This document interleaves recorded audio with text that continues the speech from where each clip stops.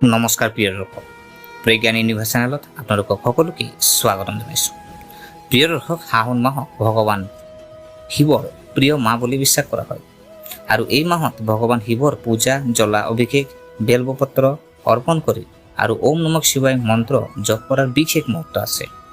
বিশেষকৈ শাওণ মাহৰ সোমবাৰ দিনটো ভক্তসকলৰ বাবে অতি পবিত্ৰ বুলি গণ্য কৰা হয় আৰু এইবাৰৰ যি 10 আগষ্ট 2024 যি সোমবাৰ, সেই সোমবাৰৰ জ্যোতিষীয় গণনা অনুসৰি এই দিনটোত গ্ৰহসমূহৰ বিশেষ স্থিতিৰ বাবে কেইবাটাও শুভ সংযোগৰ প্ৰভাৱ দেখা যাব বুলি কোৱা হৈছে।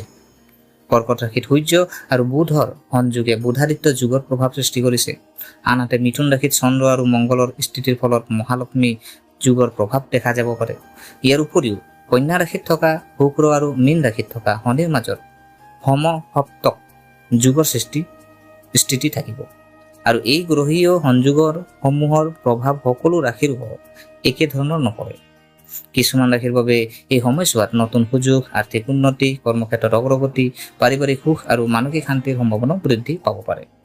আৰু বিশেষকৈ এই দিনটো ভগৱান শিৱৰ আৰাধনা কৰিলে শুভ ফল লাভ কৰাৰ সম্ভাৱনাও আৰু অধিক বৃদ্ধি পাব পাৰে বুলি জ্যোতিষীয় বিশ্বাস আছে।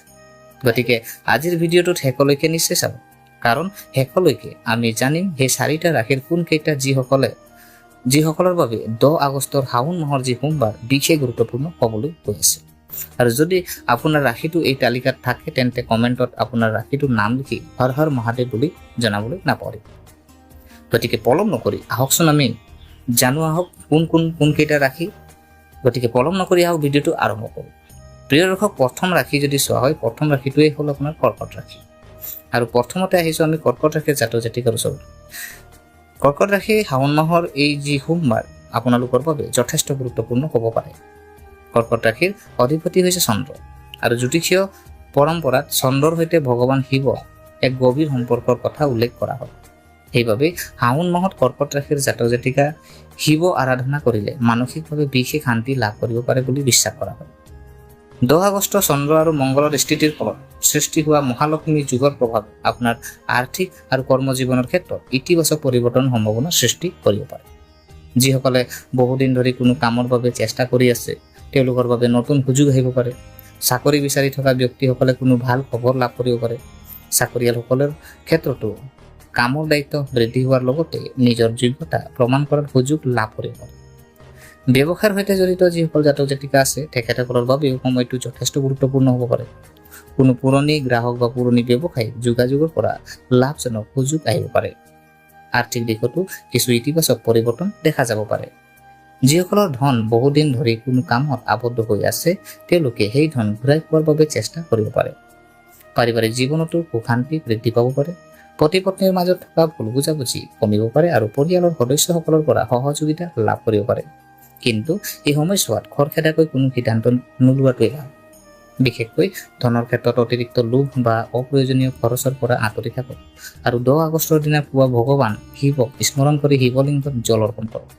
সম্ভৱ হ'লে বেলপত্ৰ অৰ্পণ কৰক আৰু ভক্তিভাৱে ওম নমঃ শিৱায় মন্ত্ৰ জপ কৰক। বিশ্বাস কৰা হয় যে ভক্তি আৰু আস্থাৰে কৰা শিৱ আৰাধনাই জীৱনৰ নেতিবাচকতা দূৰ কৰি মনত নতুন শক্তি প্ৰদান কৰে। প্ৰিয় দৰ্শক, এতিয়া জানো আহক দ্বিতীয় ৰাশি, যিটো দ্বিতীয় ৰাশি হ'ব আপোনাৰ সিংহ ৰাশি। এতিয়া আহিছোঁ সিংহ ৰাশিৰ জাতক জাতিকাৰ ওচৰত। সিংহ ৰাশিৰ জাতক জাতিকাসকলে সাধাৰণতে আত্মবিশ্বাস, পৰিশ্ৰমী আৰু নিজৰ লক্ষ্যৰ প্ৰতি দৃঢ় হোৱা দেখা যায়। কিন্তু কেতিয়াবা গ্ৰহীয় প্ৰভাৱৰ বাবে সিংহ ৰাশিৰ জাতক জাতিকাৰ পৰিশ্ৰমৰ ফল লাভ কৰাত কিছু পলম হ'ব পাৰে।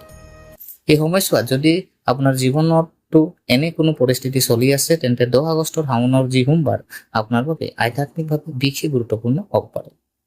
ভগৱান শিৱৰ আৰাধনাই আপোনাৰ মনত ইতিবাচকতা বৃদ্ধি কৰিব পাৰে। এই দিনটোত সৃষ্টি হোৱা শুভ গ্ৰহীয় সংযোগৰ ফলত আপোনাৰ পৰিশ্ৰমৰ ফল লাভ কৰাৰ পথ কিছু সহজ হোৱাৰ সম্ভাৱনা আছে। চাকৰিৰ ক্ষেত্ৰত আপুনি নিজৰ কামৰ বাবে প্ৰশংসা লাভ কৰিব পাৰে। ঊৰ্ধ্বতন বিষয়াৰ পৰা সহযোগিতা লাভ কৰাৰ সম্ভাৱনা থাকিব পাৰে।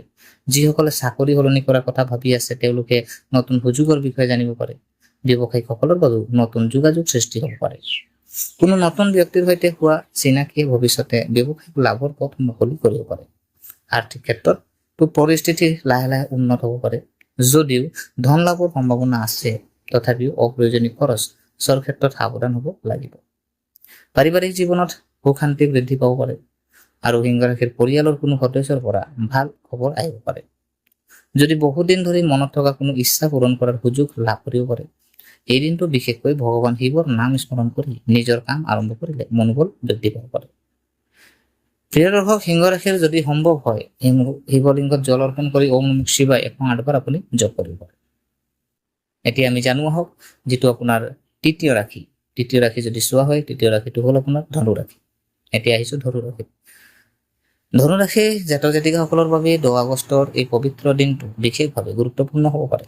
যদি বিগত কিছুদিন ধৰি আপোনাৰ জীৱনত বাধা, মানসিক চাপ আৰু কামত দেৰি অনুভৱ কৰি আছে, তেন্তে আগন্তুক সময়ত পৰিস্থিতি কিছু উন্নত হোৱাৰ সম্ভাৱনা আছে। শাওনৰ যি এই সোমবাৰে ভগৱানৰ শিৱৰ আৰাধনা কৰিলে মনৰ অশান্তি কমিব পাৰে। আপুনি নিজৰ লক্ষ্যৰ প্ৰতি অধিক মনোযোগ হ'ব পাৰিব আৰু কৰ্মক্ষেত্ৰত নতুন দায়িত্ব লাভ কৰাৰ সম্ভাৱনা আছে। কোনো গুৰুত্বপূৰ্ণ কাম বহুদিন ধৰি ৰৈ আছে যদি, তেন্তে সেই কাম পুনৰ আগবঢ়াবলৈ সুযোগ লাভ কৰিব পাৰে। চাকৰি সন্ধানত থকা জাতক জাতিকাসকলৰ বাবে ভাল খবৰ আহিব পাৰে। ব্যৱসায়ৰ ক্ষেত্ৰতো নতুন পৰিকল্পনা কৰাৰ বাবে সময়টো গুৰুত্বপূৰ্ণ। অৱশ্যে কোনো ডাঙৰ বিনিয়োগ কৰাৰ আগতে ভালদৰে চিন্তা কৰক। আৰ্থিক ক্ষেত্ৰত হঠাতে লাভৰ সুযোগ আহিলেও সঠিক পৰিকল্পনা নকৰাকৈ ধন খৰচ নকৰিব। স্বাস্থ্যৰ ক্ষেত্ৰতো কিছু ভাল পৰিৱৰ্তন অনুভৱ কৰিব পাৰে। মানসিক চাপ কমিলে আপোনাৰ সামগ্ৰিক স্বাস্থ্যতো ইতিবাচক প্ৰভাৱ পৰিব পাৰে। পাৰিবাৰিক ক্ষেত্ৰত আপোনাৰ কথা পৰিয়ালৰ সদস্যসকলে গুৰুত্ব সহকাৰে ল'ব পাৰে। কোনো পুৰণি সমস্যা আলোচনা কৰি সমাধান কৰাৰ সুযোগ আহিব পাৰে।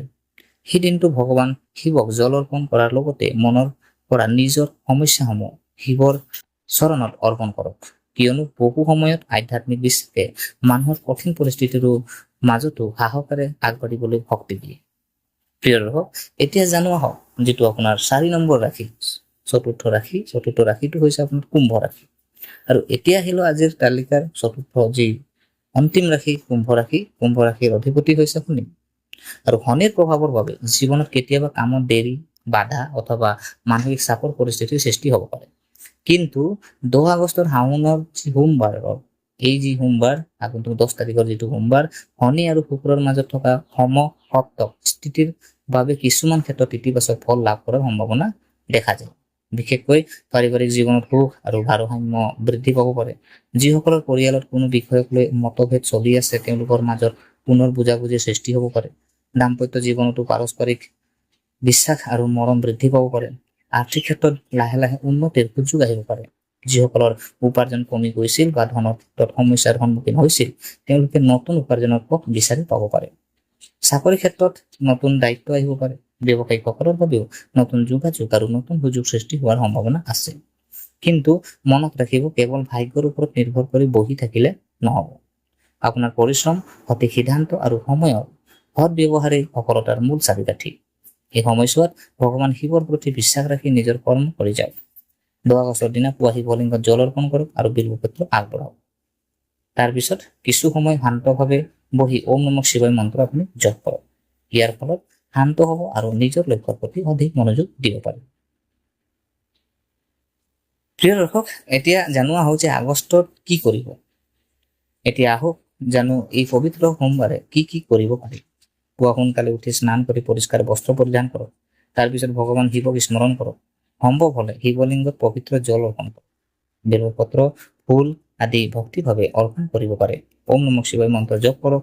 যিসকলে উপবাস ৰাখে, তেওঁলোকে নিজৰ স্বাস্থ্য আৰু সামৰ্থ্য অনুসৰি উপবাস পালন কৰিব পাৰে। কিন্তু মনত ৰাখিব, ভগৱান শিৱৰ ওচৰত ভক্তি আটাইতকৈ গুৰুত্বপূৰ্ণ। বাহ্যিক আড়ম্বৰ নহয়। পৰিষ্কাৰ মন আৰু সৎ উদ্দেশ্যেৰে ভগৱানৰ ওচৰত প্ৰাৰ্থনা কৰক। আৰু সেই দিনটো কাৰো প্ৰতি বেয়া চিন্তা নকৰিব। যিমান পাৰে দুখীয়া বা প্ৰয়োজনীয় মানুহক সহায় কৰক, কাৰণ মানুহৰ সেৱাকো এক প্ৰকাৰৰ ঈশ্বৰৰ সেৱা বুলি গণ্য কৰা হয়। গতিকে প্ৰিয় দৰ্শক, 10 আগষ্ট 2026 শাওণ মাহৰ যি সোমবাৰ, এই কৰ্কট, সিংহ, ধনু আৰু কুম্ভ ৰাশিৰ জাতক জাতিকাৰ বাবে বিশেষ গুৰুত্বপূৰ্ণ হ'বলৈ গৈ আছে। আৰু এই সময়ছোৱাত আৰ্থিক লাভ, কৰ্মক্ষেত্ৰত অগ্ৰগতি, পাৰিবাৰিক সুখ, মানসিক শান্তি আৰু ৰৈ থকা কাম আগবঢ়াৰ সম্ভাৱনা দেখা যাব পাৰে। কিন্তু এটা কথা সদায় মনত ৰাখিব, জ্যোতিষে সম্ভাৱনাৰ কথা কয়, কিন্তু আমাৰ কৰ্মই আমাৰ জীৱনৰ পথ নিৰ্ধাৰণ কৰে। সেয়েহে ভগৱান শিৱৰ ওপৰত বিশ্বাস ৰাখক, নিজৰ কৰ্ম নিষ্ঠাৰে কৰি যাওক আৰু ইতিবাচক চিন্তাৰে আগবাঢ়ক। আপোনাৰ ৰাশিটো যদি এই 4টা ৰাশিৰ ভিতৰত আছে, তেন্তে কমেণ্টত লিখক আপোনাৰ মূল ৰাশিৰ ওপৰত মহাদেৱৰ কৃপা হওক। আৰু যদি আপোনাৰ ৰাশি এই তালিকাত নাই, তথাপিও হতাশ নহ'ব। ভগৱান শিৱ সকলো ভক্তৰ ওপৰত কৃপা কৰক, এয়ে আমাৰ প্ৰাৰ্থনা। গতিকে প্ৰিয় দৰ্শক, আশা কৰিছোঁ ভিডিঅ'টো চাই ভাল পালে।